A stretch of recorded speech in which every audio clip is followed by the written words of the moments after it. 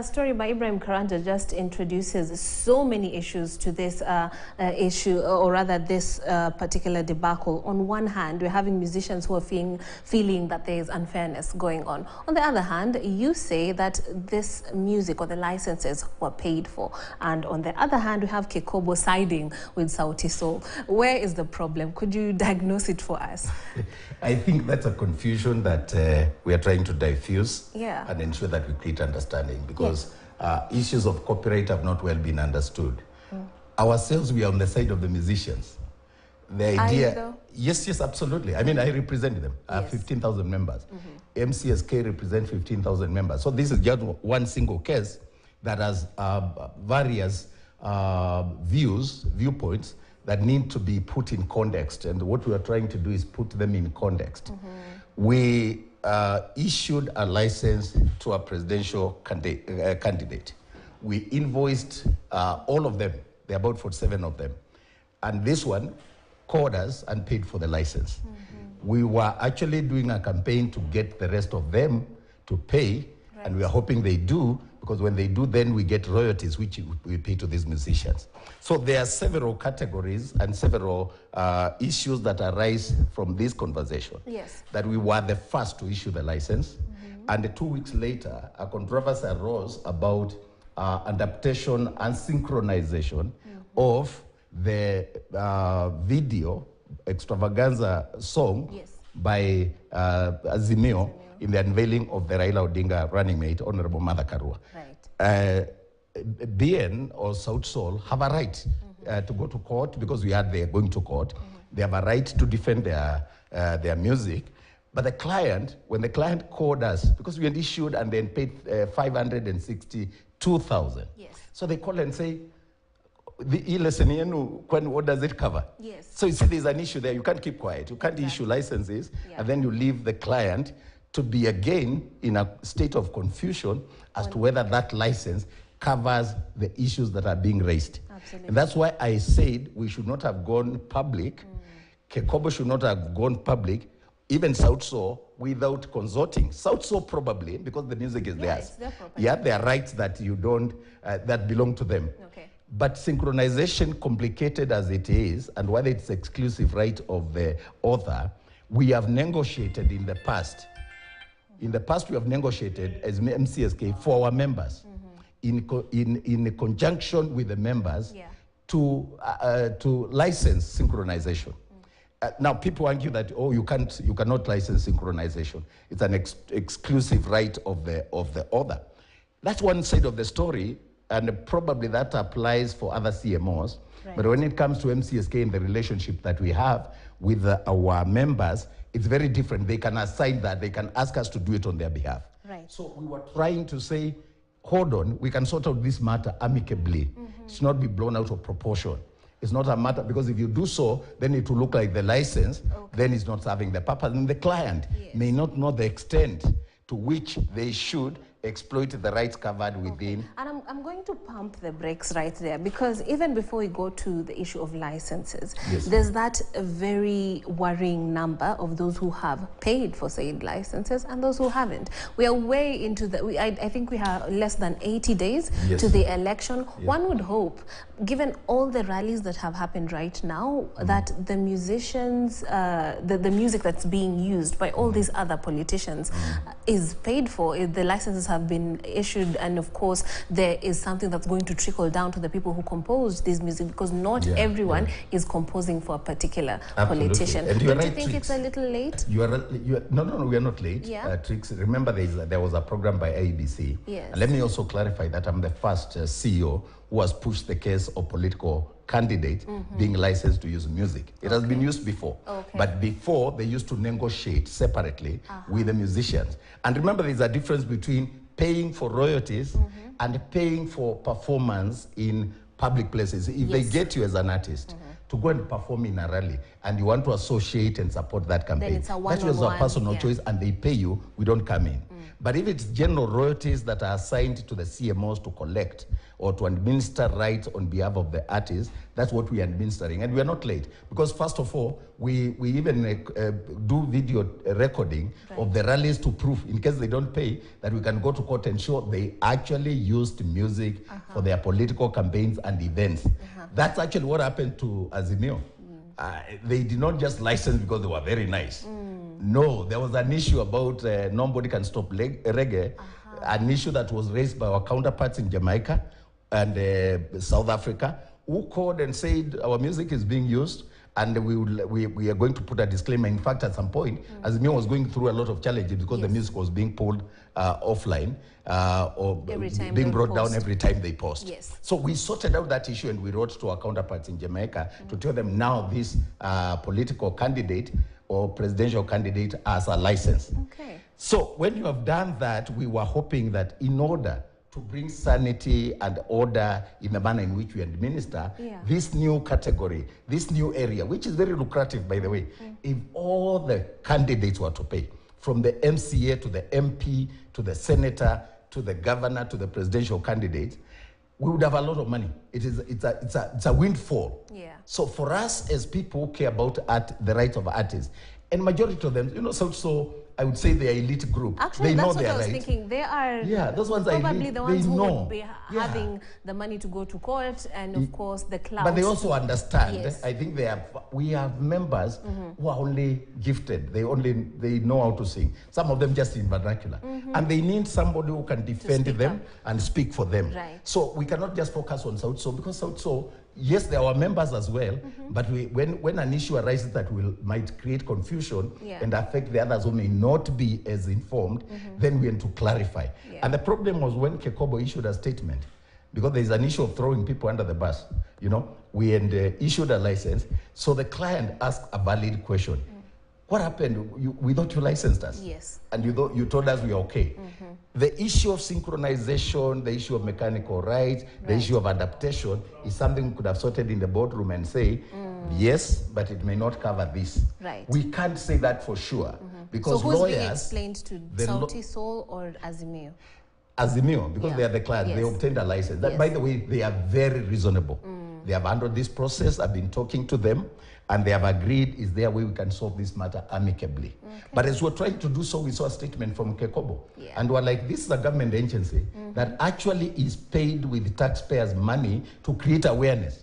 The work of creating awareness is funded by government. So you think they are unaware of their own mandate, Kekobo? They are not only unaware, but they're a problem. Instead of solving the issue, they issued a statement that caused most confusion, and Mendes created a conflict between us and the client. And we were getting calls and calls. What does your license cover? And that's why I was saying Kekobo should not have issued that statement. We only came in when they issued that statement because we thought if it was Sauti Sol going to court and fighting for their right, that would have been okay. Okay? And if we are called, we would have given a testimony of what our license covers. But when the regulator, the government agency that should be educating musicians about copyright, throws the spanner in the works and causes the confusion, we have to call their bluff and say, listen, we are the CMOs. Kekobo is not a CMO, and we cannot allow them to run roughshod on CMOs because we are not an illegality. Because the moment you question the legality and validity of our licenses, then you are impoverishing the same musicians. People will not pay. Look, tricks as we sit here, Matatu industry, the public transport sector has not paid for many years. Okay? Hotels, restaurants. Whose fault is that? Kekobo. These Kekobo guys have really created a real mess in the industry. At some point, they even denied the CMO licenses. The Rangers CMOs went public that they have been deregistered, and the court said you can't register private companies. These are private companies that belong to members. The court gave a court order, but these guys wrote letters to everybody, just malicious, you know. So this is the confusion. Yet people don't know. People then say, MCSK has not paid, Camp has not paid. They don't know. You don't pay if you have not collected. You cannot talk of distribution without collection. And that's why we are exposing Kekobo, and we will do it. We will take them to court until The people know where the problem is, because until we are able to collect from the matatu industry, from hotels and restaurants, from bars, from clubs, from media houses, from skiza tunes, we have nothing to pay. Wow. Instead of these guys supporting the industry, they have been writing letters even to the police saying don't support them. They are not licensed to collect. Okay, so all this, of course, is your mandate and your responsibility, and you're going to be carrying it out. But as this happens, the musicians that we were talking about, Sauti Sol being the elite, they're those who just want to earn a living from their music. They don't know about all these wrangles. Probably they don't even understand. What would you say to that musician who's watching at home, perhaps has heard their music being played at home? I first of all must declare that I only speak for my members. But like I've told you, this MCSK is a company limited by guarantee. It is owned by the members, they're the shareholders. It is run by directors, and I'm the chief executive to execute the policies and mandate of the board. The members, 15,000 that we represent, and I'm trying to create awareness for them to grow, because I think if we get to 100,000 or 1 million, then we'll be a formidable force that will be respected even by the industry and by the government. What I can tell these members who are just talented, they have a talent to sing, and they produced exemplary music and forms of art, and they are members of MCSK, that I am your champion. I'll fight for you. It's not easy, and by the way, I'm not out here just to, I don't wake up early to go and create controversy. There's a big issue here where Kekobo has created a real problem. It's a government agency, and yet the government is pushing the policy where music can be treated as business, form of jobs and a wealth for our musicians. The only way we can sort out this mess is to ensure that the regulator does the work of regulation and that they do not micromanage CMOs. When I see a regulator who wants even to see, to micromanage how CMOs operate and can even write or take them to court to say they've been deregistered, I think that is an extreme, is an overkill, and that shows a nil motive. Probably they are doing it to support cartels. They have their license. Like I've told you, in 2017 to 2019, they removed the licenses from MCSK, Camp, and Prisk, and they gave it to an organization called Mpake. Nothing worked. For 3 years, there was nothing to distribute, because that was an illegal entity that had no mandate. The law is very clear. Royalties are only collected by licensed CMOs. Because of this confusion, people feel like they can get into a deal with the musician and pay directly. And that's where now they end up being impoverished. When you are not united. And I want you to understand how it works in Tanzania, how it works in South Africa, in Nigeria, in the US, in the UK. CMOs are not just in Kenya, but they are facilitated by the government regulatory bodies to become more effective and to become more efficient. So when you register even illegalities, or when there's a problem, and granted, by the way, I must admit before we come to your point, that it is true there can be issues of bad governance, poor leadership, okay? We are human. You sort out that. If the leadership is the problem, deal with the problem. You don't kill the CMO, because when you do so, the artist you're talking about, who is just in the village, they're only talented to sing, and they are hoping to reap from their music. They don't know these complicated issues of synchronization, mechanical rights. They just hope government gets CMOs to work and collect money for them. And I can tell you, we have very talented musicians. That's why we are telling Kekobo, we must sort out this mess. I'm here to reform this industry, to create awareness and ensure that where there's a problem, it is called out, so that bad people are not called good people and the good people are called bad. All right. But then did it have to take Sauti Sol coming out for you to swing into action, to promise going to the 1 month in the office? At least. And then I'm not trying to take credit or to say my colleagues have not worked, but I've been in the office for 1 month. Okay. The first thing you do is to understand the industry when you get there. And when I came, I found this issue of political campaigns. So the first thing I was like, why are we not licensing this area? It's so lucrative. These guys cannot. You can't do campaigns without music. This is where there's money, and there's limited time. So that's why I went for the political, and our licensing officers across the country. They have invoiced. We have even written to IBC to say that it's an integrity issue for a politician to campaign using Trixie's music and they have not paid. It is theft. So look at the efforts we have put within 1 month. In fact, even this conversation, you may think it's, there's confusion and so on. Let me tell you, things will never be sorted out until we have conversations in the media like we are doing about copyright and the work of MCSK. Absolutely. So I feel we have done quite a lot. Yeah. It didn't have to wait for Azimio. It didn't have to wait for that long. But let me say, I'm new in the office. I've done the best I could. Okay. So is there hope, basically, even as we have gotten this far into the election period, is there hope? And as you said, you are keeping tabs on how much music is used and how long it's used, and of course who are flouting some of the rules that are there. Is there hope for those whose work has already been used even before you came into office to actually go ahead and say, my music was used by this so-and-so politician, big or small, and I feel like I deserve something out of it? Absolutely. That's why we started by being smart, by ensuring that we are able to record so that if they don't pay, even if the campaign period is over, we still prosecute them. So they're not off the hook, and we are not in a hurry. Remember, the industry has been at its lowest ebb because of lack of proper governance and leadership. If you want to prosecute an offender, you must provide evidence. So we are doing all these things. We are writing to IBC. Remember, there's so much money elsewhere. This is just one segment of royalties that we are collecting from political campaigns, because this is the time. And we're in a hurry because we are like, we need to get them now to pay, because this is the time they're using our music. And now we can send the police and say, that event, let that music be switched off. It belongs to our members and they don't have a license. However, we have been smarter than that to ensure we record those rallies and we're able to prosecute. And I can tell you, whether they get the licenses now or later, they will not get away with it. That's number one. But, Trix, there's so much money that is lying out there with skizzer tunes by a musician out there who does not even know these complicated things. We just want those who are using skizzer tunes to pay and channel the money through the CMOs. That's what I was telling you, out of the confusion. You know, it's shocking even to me hearing that, because every time I hear a skizzer tune being used by someone, I assume that this money is going directly to the owner. There are billions, billions. Remember, until the other day, when the president signed the copyright amendment law, the percentage going to the actual musician, artist, was very little, 16%. That's why I'm saying this Kekobo thing it should be disbanded. Because how on earth do you allow a situation where the owner of the music is paid 16% and the rest goes to operators and telecommunication companies?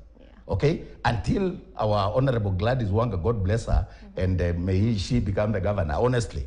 Because she really took the case of musicians, went through parliament, canvassed our case, got a bill, the president signed, and that amount was increased from 16% to 52%. Now, see the other corruption and the cartels operating in this sector. Kekobo would rather the musicians are paid skizzer tunes directly. Yet the law that they're supposed to enforce says royalties shall only be paid through registered CMOs. They are breaching the same law that they're supposed to enforce. So what we have done is we have set a war that will go to the Supreme Court, that skizzer tunes must be paid through registered CMOs. And we are saying if there's a problem of leadership, remove the leaders that you feel are corrupt or prosecute them. But if you cannot really prove that they are on the wrong, that they have done anything wrong, stop maligning people. The work of the government is not to cripple CMOs. The work of Kekobo is not to kill CMOs, is to ensure they thrive. That's why Tanzania is doing better than us. That's why South Africa, Nigeria, and other countries are doing better than us, despite the enormous talent within the industry. So we are here to say there's a problem. It is between the government, the CMOs, and the users of music, plus the artists. And the artists here, as they say in Kiswahili, ndovu wawili wanapopigana, nyasi ndio umea. Absolutely. Now, in the interest of raising awareness and also in the interest of time, let's finish off by talking about the other avenues of revenue that musicians might not know about. We've talked about the rallies, we've talked about the skizzer tunes. What other areas are you going to be working on to ensure that, they get their We have written to PERAC, which represents pubs and bars and restaurants. They have not been paying for a long time. We have given them a deadline to pay. And remember, when a matter is kept quiet, people assume it is normal to use music and never pay. matatu industry and public service vehicles that play music day and night must pay for that music. We are getting the police. We are sending our officers across the country. We have inspectors who are in the field, and we are going to ensure that all the bars, all the clubs, all the salons, the hotels, the matatu industry, and anybody using music for public consumption, then they pay for it, because that's what the law demands. But like I've told you, we should not be focusing just on the traditional areas, because now with the new technology, there's more media houses, there are more broadcasting stations, there are more telecommunications companies. We are playing skiza tunes on our phones and everything. There's so much money in the technological platforms, and we're also focusing on that, including Google, YouTube, and so on. I was about to ask about Spotify. And Spotify and all these platforms. And then we're also looking at bilaterals. Kenyan music is becoming very popular globally. So what happens is you sign bilaterals with other countries and they transmit that money. We have contracts with organizations like Kapaso in South Africa. On my third day in office, I did a Zoom meeting with them. The CEO will be here on 25th of Kapaso. We are creating conversations to raise, because there are areas that are more catchment areas where there's more money. If you just focus on the traditional ways of harassing kinyozi and so on. Exactly. I mean, there's no much. And also speaking of that, there's the risk of you being viewed as the spoiler, because we just want to have our haircuts and enjoy a bit of music. Are you going to be sensitizing the public? We are not, because they have other licenses, by the way. It's not just music that is licensed. These guys know. I can tell you, if you go out here and look at the guy who's doing carpentry, they know the licenses they should have. How come people can pay for all other licenses and they don't think music is anything? And that's why I'm creating awareness to say, you are a thief if you are using my music without paying. You see, until we get to that point where we create so much noise, people will just be thinking it's okay to use your song. After all, I mean, it's entertainment. We want to know if the carpenter, if the youth who is operating a carpenter shop or a kiosk, a tea kiosk, they know there's NEMA, there's Ministry of Health, and they know they ought to have those licenses. They also must know we are not the spoiler. We are actually very diplomatic, because for 3 years they have not been paying. So we have given them the notices. We have written demand letters to the organizations, and we are now changing the approach so that we are a bit more diplomatic and professional in the manner in which we enforce copyright. So for us, it will be conversation. We come to your hotel, we give you a notice, or we write to the organization representing you. Then they tell you, pay, and we give you a deadline. That's why we were very keen to ensure that there is no wrong impression created about the license that we issue to Azimio, because we want other politicians to get a license and feel comfortable that that money will go to the musicians and they have done the right thing. And on that, I would like to know, because we did reach out to Sauti Sol and they were not, they didn't respond, so we're assuming they were not willing to be a part of this conversation. Where are you as far as arbitrating or having that conversation? Have you appeased Sauti Sol? These are our members, by the way. I can tell you, Azimio has reached out to Sauti Sol. There's conversation going on. Differences of opinion do not make us enemies. In fact, I even called on Kenyans to stop unsubscribing. This is juvenile reaction. You know, we can't behave like that. Because sometimes people think they did that because they are fighting Baba. It's a political issue. They are not. They are fighting for their right. But people are confusing. Even me, when I speak, they think I'm representing another. I belong to Azimio. I'm fighting. You know, we have become so petty as a country. And I think every time I hear these conversations, they give credence to my campaign for moral values. I think we need to be decent enough to know that if I differ with you, I'm not your enemy. Sauti Sol is not the enemy of Azimio or MCSK. These are our members. So what I did was to write to Azimio and tell them, let us actually sort out this matter out of the media. Now you called me here and I don't want to say, no, I don't want this controversy. It's the media that also is carrying and blowing it out of proportion. That's why we'd rather we don't discuss that particular matter, because Sauti Sol has a right to go to court. They have a right if they feel aggrieved, even when we represent them and we have issued a license. Those are matters that can only be determined by the lawyers. And if we start with Kekobo in the boardroom, and then they bring their lawyers, the CMOs bring their lawyers, Sauti Sol brings their lawyers, and Azimio. Because you can't listen to one legal opinion. Then we say, yes, there was adaptation beyond fair use. there was adaptation beyond the terms of the license issued by the CMOs. Then we say, so how do we determine the quantum of the amount of money to be paid?